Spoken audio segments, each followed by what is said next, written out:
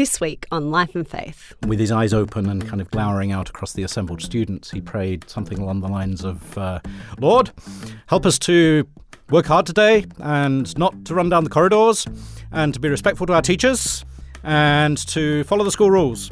Amen.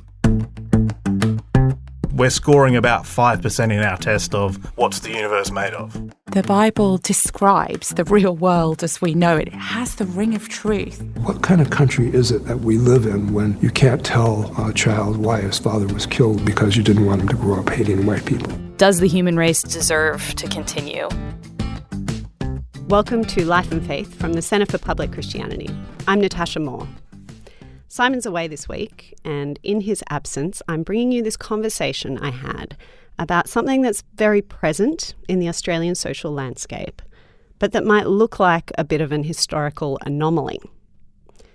Christian education has been in the news a bit lately, whether it's analysis of the surprise election result earlier this year when Scott Morrison's Conservative government was re-elected, or questions about religious freedom and who can be hired or fired by faith-based schools. There's nervousness from both left and right about this issue. But those debates maybe leave out some of the most interesting questions, like why are so many parents who don't consider themselves religious so keen to send their kids to Christian schools? What do you get from a so-called Christian education? Are these meant to be nice bubbles, teaching kids nice Christianish values? To what extent is Jesus involved? And what happens when religious education goes wrong? About a third of Australian schools are religious, and more than 90% of private schools. This is part of the fabric of our life together, so it's worth thinking about what's going on there. David Smith is an education professor at Calvin University in Michigan, and he's been thinking about this stuff for decades. I asked him some of the pointy questions around this, and he also covered a bunch of things I'd never thought about before, like how you know what a maths textbook does and does not look like, and what that says about how you see life. I started off by asking him about why this can be such a controversial topic. Well, I mean, education is something that makes people nervous in general, right? Education's where you invest in the future shape of your society. It's where you make decisions about who you want to hang out with and who you don't want to hang out with. We've typically used education to stratify our societies or to try to unite our societies. So there's typically just a lot of emotional or political social freight wrapped up in schools. So once you start attaching the beliefs and values of a specific community to schools, then it very easily starts to turn into these are the schools of my tribe, or these are the schools of their tribe, and we'd really rather not have them. So yeah, it's really not surprising that we get some sound and heat around faith and schooling, especially in pluralist contexts where the faith is not taken for granted. I mean, the times and places where that doesn't happen is where everybody thinks they have more or less the same faith, whether they do or not. But where that's contested, then schools are going to be contested as well. So do you think there are some potential negatives when faith-based education, say, is not done well? Yeah, I mean, faith-based education it's a problematic category to start with because I'd also want to say that there's no such thing as non-faith-based education, in that, especially those interested in faith-based schools, we typically want to say, public schools are not schools that have no values or no narrative or no ideas floating around in their content that might actually be controversial. So it's not like there's vanilla neutral education versus faith-based education that suddenly adds a specific set of beliefs about the world or a specific set of values. And a second reason why faith-based schooling might not be a simple category is that, like pretty much every other human endeavor, you can do it in pretty interesting ways and you can do it in pretty horrible ways. So I think it's possible for faith-based schooling to turn into just trying to build a tight little enclave to protect my own small community from contamination from any other kinds of human beings. It's possible to actually make them very uneducational because you really just want to defend all of your particular assumptions and prejudices about the world and not question things and try to create a space where you don't have to think. I also think that's actually quite rare, that most of the faith-based schools that I visit and work with really aren't like that's also a bit of a caricature. You run into it every now and then, but But when I actually visit faith-based schools, especially ones that are at all well-established or, of any substance, you find thoughtful people, often very well-qualified people. You find people who are keeping up with what's going on in education, who are often trying to keep up with what's going on in culture and philosophy and so on, but are trying to think about how to take a run at all of that in a way that's informed by their Christian commitments. In Australia in particular, this will be true to some extent of other countries as well, but here we have this situation where a lot of people who are not themselves Christians are keen to send their children to Christian schools. Do you have a sense of why that might be? What's attractive about it? I think Christian schools can be attractive to people for a lot of reasons. I mean, sometimes they can be attractive to other people of faith. So there are places where Muslims choose Christian schools because it's the non-secular option in the area. There are places where people choose Christian schools because of cultural histories, right? Because they associate Christianity somehow with a particular kind of perhaps declining values, with sort of honesty and uprightness. And sometimes it can be even that somehow certain kinds of Christian schools are sort of associated with a certain decorum or a certain, with uniforms and this kind of thing. So I think there's a recognition that when you go to school, you're not just learning to do mathematics or to do science, you're also learning how to interact with other people and what kind of person to become. And so I think a lot of parents rightly look for a school that's explicit and articulate about what kind of formation it's offering students in terms of their overall way of moving through the world and not just the specific qualifications they're going to end up with. Sometimes, too, there are other dynamics where, Christian schools have perhaps been selective within an area or are well-funded because of their donor bases or whatever, and so can actually offer, facilities and opportunities and so on. So there's a whole range of reasons why people get drawn in that direction, I think. Do you think that connection between often faith schools are more elite education or, they're more prestigious schools, they've been around for longer, is that a natural or a problematic association? I don't think it's a natural association. In fact, I could point to Christian schools worldwide that are precisely at the other end of the scale, that have actually taken it as part of their Christian mission to provide schools for those that don't have schools, students who have difficulty accessing regular schooling because of their relationship to the legal system or to drugs or to learning difficulties or for a variety of reasons. So I certainly don't think there's any natural connection between Christian schools and high-end elite schools. I think there are places where historically that has happened, but Christian schools don't belong at any specific place along the socioeconomic scale. Do you think that those schools who are kind of the more elite schools that are Christian and want to be Christian in some distinct way, do they have a particular responsibility about how they do that? Yeah, I think they have some challenges because I think anything Christian faces challenges once it achieves power. I think it's the same sometimes with Christian politics and so on, that because quite central to Christianity are ideas like humility and charity and service. And, the New Testament really isn't about trying to claw your way to the top of the pile and make sure you're in charge so that everything goes right.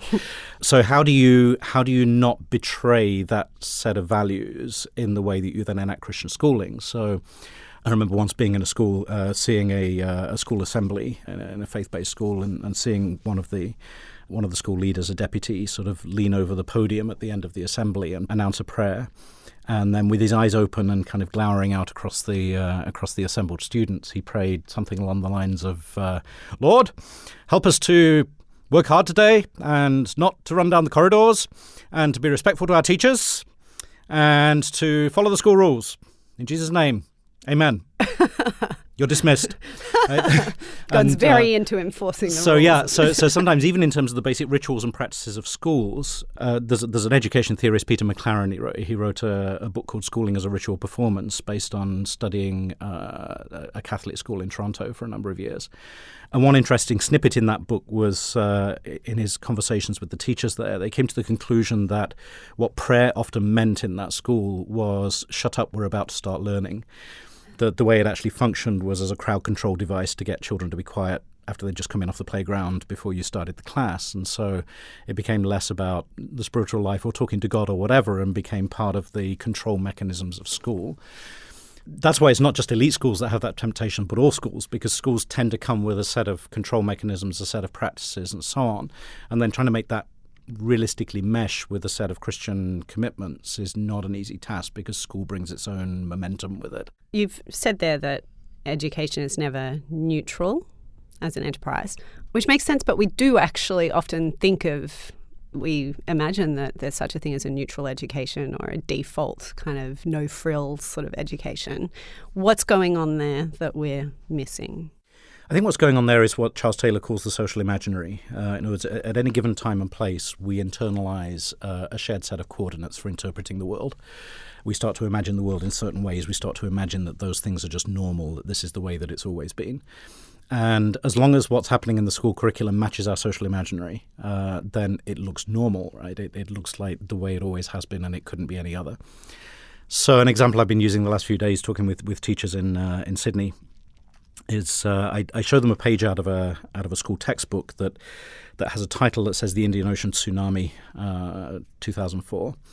And then there's a photograph of people on a beach with a huge wave hitting the beach, and then there's a text that explains that a tsunami is a large wave and that it comes from the Japanese word for a harbor wave and so on. And I ask people to identify what school subject do you think this textbook page is from, and people guess natural sciences, geography, history, maybe. Nobody ever guesses, unless they've seen it before, mathematics. And in fact, it's from a mathematics textbook. And so then we talk about, so how did you know that this was not a mathematics textbook, right? It wasn't sending the right signals clearly for you to think this was what a math textbook is supposed to look like. And people say things like, well, there are human beings in the picture. Like, apparently you're not allowed to have people in a math textbook. Maths is not human. And again, I've seen human beings in math textbooks, but usually they're doing something scientific or something, that we associate with mathematics. They're not supposed to be running away from things on a beach, and there's too much affect in the picture. The title's wrong. The title should be differential equations or something. It shouldn't name a point in history. The text is wrong. It shouldn't give us definitions of geographical terms. Someone will often say there are no numbers, which is interesting because there's a date right at the top of the page, but it's the wrong kind of numbers. They're not mathy numbers. And what this starts to reveal is we've actually, all of us, whether we've ever thought about it or not, we have this shared story about what a mathematics textbook is supposed to look like. And that includes that it has lots of numbers, that the title is a mathematical concept, that it only has pictures of people in lab coats, that the examples are all to do with science, technology, sports, and personal finance. And there's this very sort of closed world. Now, what the authors of this particular unit did was they decided to try something in a whole other direction, and it was a Christian project. They started from, can you use mathematics to describe the shape of a wave? Sure you can. How about the acceleration of a wave? Yeah, you can do that as well. Can you use mathematics to describe the magnitude of the vibrations created by an earthquake in the Pacific Ocean floor? Well, yeah, you can. If you can do those things, can you use mathematics to develop early warning systems that reduce the number of fatalities from tidal waves following Pacific Ocean earthquakes? Well, you can do that too. So it actually turns out that our capacity to do math is not just connected to our ability to balance our personal finances or figure out the average speed of a train traveling from New York to Boston or, whatever. But we use mathematics for things like natural disaster mitigation. And then you feel like no one in that class is going to say, why are we doing maths? When will I ever use this? It implies a whole different set of reasons for why mathematics might be important. And the point here is not that Christian mathematics has to be about, disaster relief. It's just, I think often when Christians come at curriculum, they do tend to start asking questions like, why is this all focused on the utilitarian, the financial, the economic, the consumer? Because the really important questions in life are actually about meaning and purpose and service and suffering and care and love of neighbor. That can trigger a different set of questions when you start asking what kind of examples to use in the curriculum, what kind of story to tell. But of course, you show that textbook unit, even though it's a math textbook unit that gets used in some schools and teaches mathematics, but most people are not able to recognize it as a mathematics textbook unit. Not because we all took courses on how to design mathematics textbooks, but because we have this shared story that we just learned by growing up in our society of what math class is supposed to look like. So as long as math class looks like that shared story we've got, we think it's neutral. We think it's just been this way since the start of creation, and this is always what math textbooks look like. And usually it's just what they look like for the last 10 years. So what is the kind of the narrative for our lives or our jobs or who we are meant to be as people of that kind of apparently neutral secular education, whether that's at a public school or at a university? Well, I started my career teaching in secondary schools, and I was teaching French, German and Russian. And what started to dawn on me gradually, I'd actually become a Christian a few years before I became a teacher, and I didn't have a church background, but I looked at my textbooks, and what we spent most of our time learning to do in language class was to talk about ourselves and to buy things from people in other countries. We spent a lot of time learning how to say in French and German, this is my name, this is my family, this is my favorite food, I like this music, I don't like biology.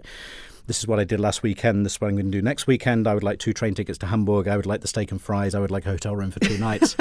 Right? And we spent an awful lot of time, as I say, talking about ourselves or getting other people to give us things. Every textbook I used had a subchapter set aside to discuss how to complain. And it was usually connected with restaurants or hotels. Definitely need traveling in Europe. Exactly. So usually to do with either being able to send the food back in the restaurant or get something corrected with your hotel room. Now, none of those same textbooks had a chapter on how to console someone or on how to encourage someone.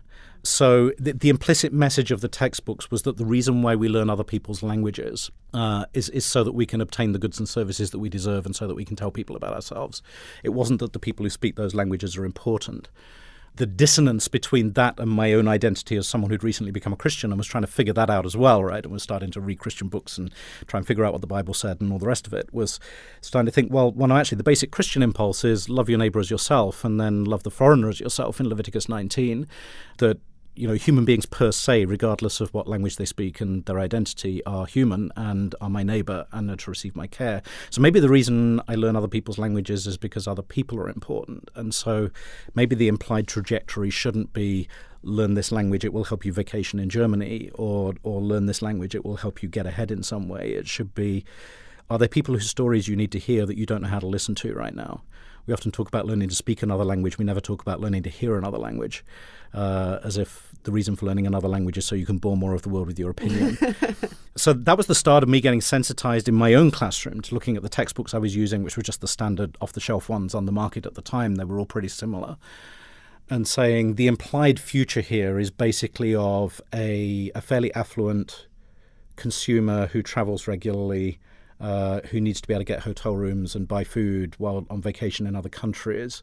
So it's sort of imagining us in terms of affluence and consumption and economic well-being. But it's not really imagining us as people who listen to other people's stories or as people who care about members of the culture we're visiting who don't work in hotels, and or as people who might want to talk about the meaning of life and not just the price of a hamburger. So did your faith then end up making a difference to the way you taught languages? It did, yeah. I mean, that started me on a journey that's been going on for several decades now, and I've ended up writing books and textbooks and curriculum resources, and that's why I'm in Australia. So yes, started trying to redesign my language curriculum around this notion that if God doesn't listen to all the English language prayers first and cue the rest for later, right? That if maybe part of love your neighbor is honouring the full humanity of others, then maybe in my language curriculum I need to start working with other people's stories more. So I started working with other teachers. We designed units. For instance, I've got a 2-week unit that I designed a while back with someone that I'm still using, that's based around the oral history of a 93-year-old German housewife who lived through both world wars and was a refugee several times, and all of 20th century history is there. But just getting students to practice listening to her telling her life story and the different choices she made and the values informing those choices and so on. So starting to work with that kind of material rather than the supermarket dialogues, the cafe dialogues, etc., and still covering the grammar and the vocabulary that we would have learned otherwise. You're listening to Life and Faith from the Centre for Public Christianity.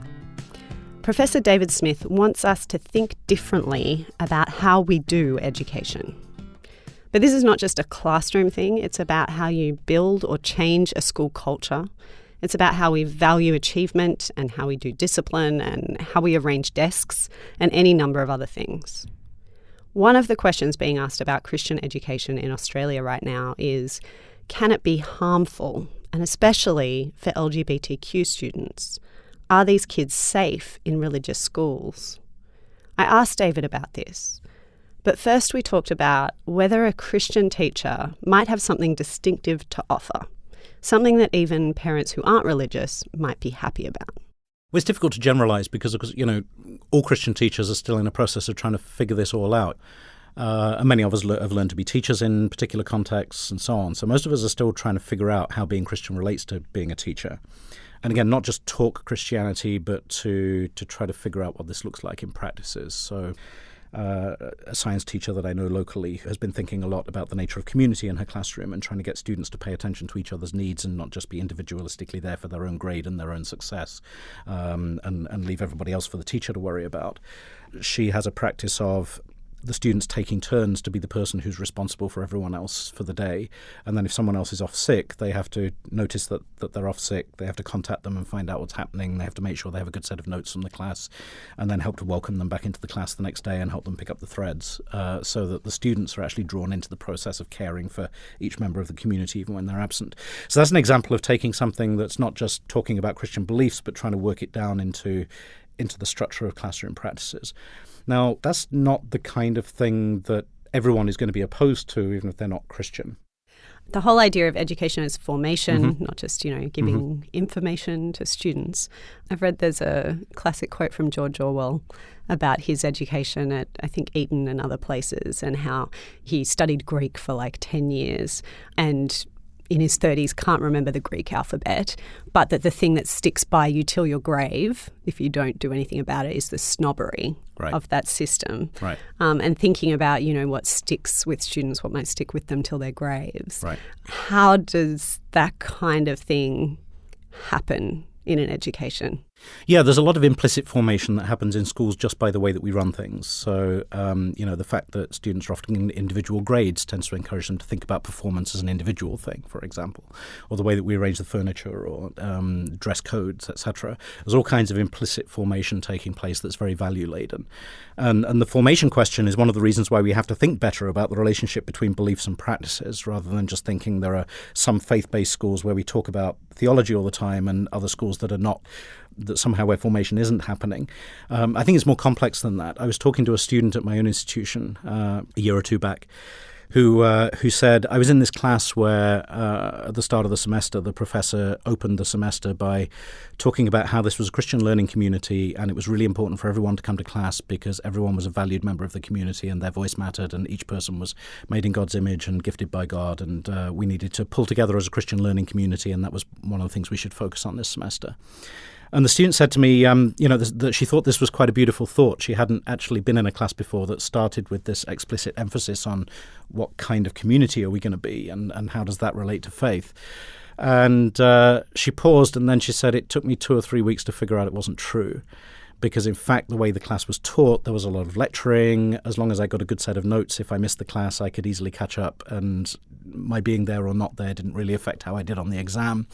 And it just didn't really seem like the way the class was taught that my voice did actually matter very much. Now, there are other ways of teaching that class that would be much more consistent with the vision that was described at the start of the semester. So the formation question then becomes, what's the relationship between the values that are espoused when we talk about what we're doing and when we sort of name the story that informs our educational practice? And how does that play out in all of these small daily choices about how to teach, how to arrange the furniture, how to design homework? How does that become formational? Here's an example from a couple of years back. I was talking to a group of teachers at the school my children attended. And this is a Christian school, and it was a Christian school in a tradition that actually has quite a strong theology of parents being responsible for their children's growth, and the teachers are there to come alongside parents and sort of help the parents in their God-given responsibility for their children. And yet one of the things I'd noticed as my daughter went through high school was that after getting up at 6 a.m. and getting a bus to school at 7-something and being in school all day till 3:30 and then getting home and resting for an hour, my daughter would then have several hours of homework, which was almost always designed to be done alone. And that therefore, during the semester, we hardly saw our daughter. We sort of got her back in the vacations and suddenly she became conversational and interested in things and so on. And so I was talking to the teachers about this and just sort of ranting a little bit about how school was one of the negative influences on my family life because it just prevented interaction. What started happening after that conversation was a couple of weeks later, my daughter came home one evening and about 8 o'clock in the evening, she appeared in the family room. And she said, do you guys have some time? Because I've got this homework from my religion class. My religion teacher says I'm supposed to talk to you about whether you grew up Christian or in the church or how that was for you. And can we talk about that? I have to get you to sign this thing that says that we talked about it and take it back. And then a week later, it was the government class. And she had to discuss with us whether we thought it was okay for the government to use drones to spy on its citizens. And then there was a homework from a media class where we all had to choose a TV show and watch it together and then discuss together what its values were. And so we started getting this string of homeworks that actually created all these wonderful family interactions, right? And her report at the end of this whole series of homework, she said she learned more from this than sitting filling out worksheets, that she really valued the conversations. And sometimes the reason we weren't having deep conversations in the evening wasn't because we didn't like each other. It's just we were all tired and it was the end of the day. But the teacher actually had the power to trigger that, right? That teachers are one of the few groups of people in society who can tell other people what to do in their discretionary time, and by and large they obey. So the teachers were actually able to trigger all of these interesting sort of family interactions in the evening. And I sort of thought, what a great thing to be able to do with homeworks. I mean, that's just an example of trying to rethink, again, the mundane practices of education in ways that could turn out to be quite formational, not only for the student but for the wider community. That in this case, we're grounded in a conversation about, well, we say we believe that families are really important and that we care about relationships between parents and their students, but we seem to design homework as if that weren't the case.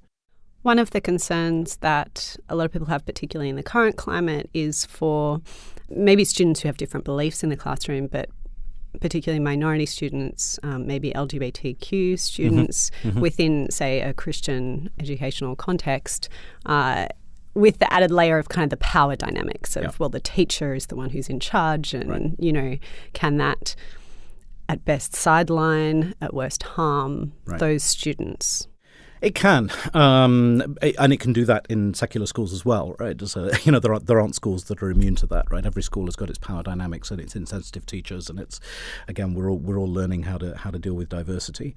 But being a Christian teacher, I think, actually offers some significant resources for learning to deal with that. Because, again, if I'm trying to learn to be Christian, I'm trying to learn humility, I'm trying to learn to love my neighbor, I'm trying to learn to pay attention to other human beings and see them as made in the image of God, regardless of who they are or what kind of identity they come with or what needs they come with. And it also focuses me on needs and care more than on status.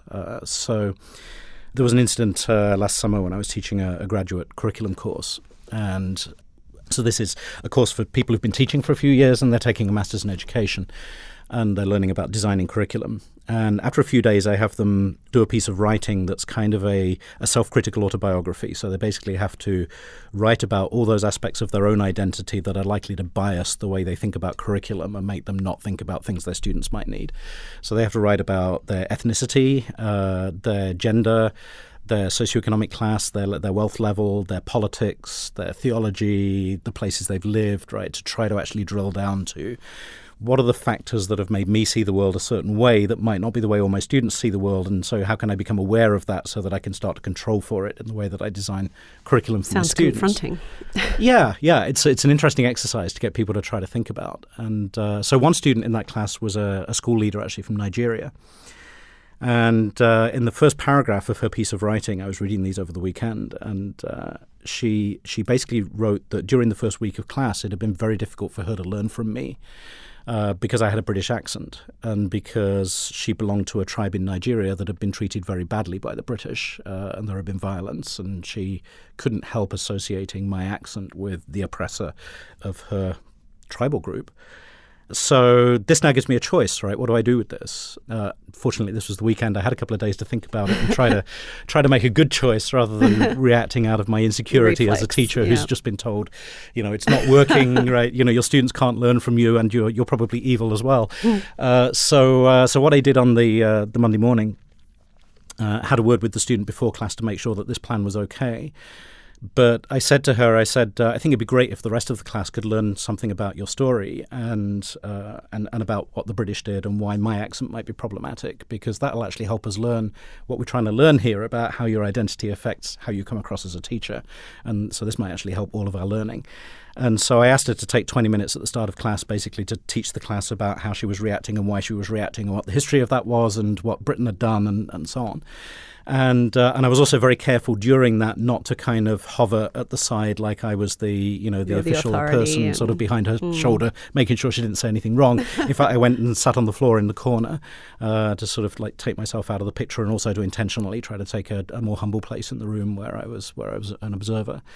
And not only did that open up a fascinating discussion for my students about how teaching related to power and forgiveness and suffering and all kinds of things. But also, she actually said to me several days later, she said, "It's gone away now. I can learn from you now." Because it had removed this sense of disempowerment that had come from the initial just me being in charge. So I do think there are ways in which Christians, I don't think we always consistently do this, but ideally I think there are ways that Christians can draw on the resources of their own faith in terms of learning how to serve, learning how to step down, learning how to not lord it over. That can be tremendously educationally powerful in classrooms for students who are bringing all kinds of identities to the classroom. I mean, on the one you mentioned that I know is controversial right here, I've been in a number of different schools in Sydney the last few days, Christian schools of various different kinds. And I've had conversations with a bunch of teachers about how the LGBTQ plus questions are being handled here right now.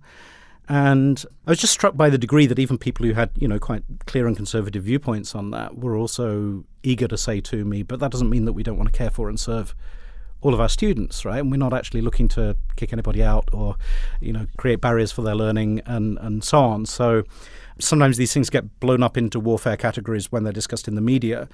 Sometimes on the ground it's more complex, that people's viewpoints on the topic don't necessarily correlate one-to-one with abusing their power when they interact with people who are coming from a different place. That teachers care about their students. Teachers by and large care about their students. There are exceptions, as in every profession, but teachers by and large got into teaching because they wanted to do good things for students.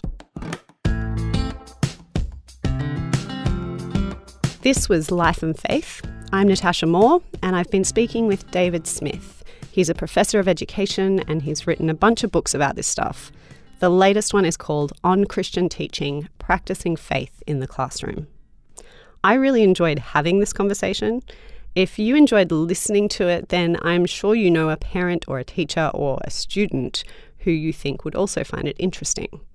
There are a gazillion podcasts out there, so if you think this one is worth listening to, do us a favour and let other people know. Simon will be back next week with this conversation. It's not at all clear to me that the way the work is currently being structured in Western cultures is good for the majority of the people in it.